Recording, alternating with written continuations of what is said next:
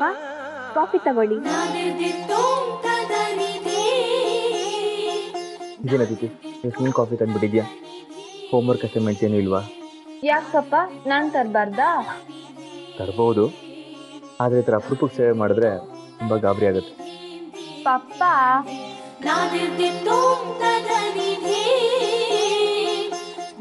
ಪಪ್ಪ, coffee ಹೇಗಿದೆ? ನಾನೇ ಮಾಡಿದ್ದು. ಚೆನ್ನಾಗಿದೆ. ಬರೀ ಚೆನ್ನಾಗಿದ್ಯಾ? ತುಂಬ ಚೆನ್ನಾಗಿದೆ. ನಿಜ ಹೇಳಿ ಪಪ್ಪ. ನಿಜ ಹೇಳಬೇಕಾದವಳು ನೀನು. ಕಾಫಿ ಮಾಡಿದ್ದು ಲಕ್ಷ್ಮಿ ತಾನೆ?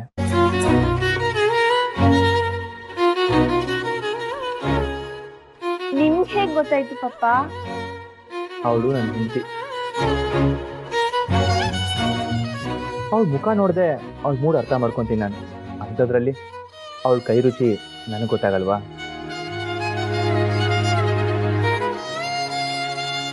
ಸರಿ, ಈಗ ಕಾಫಿ ತಂದ್ಕೊಟ್ಟಿದ್ದಕ್ಕೆ ಕಾರಣ ಏನು?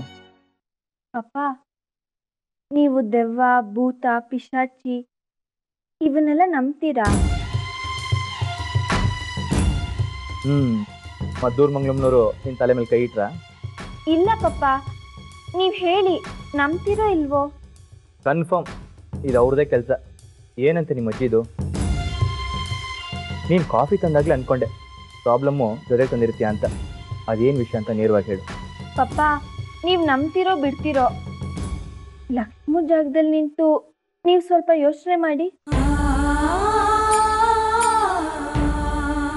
ಅವತ್ ಕತೆ ಹೇಳೋವಾಗ ನೀವೇ ತಾನೇ ಹೇಳಿದ್ದು, ದೇವ್ರು ಇನ್ನೊಂದು ಅಮ್ಮನ ಕಳಿಸಿದ್ರು ಹೆತ್ತ ತಾಯಿಗೆ ಸಮ ಆಗಲ್ಲ ಅಂತ.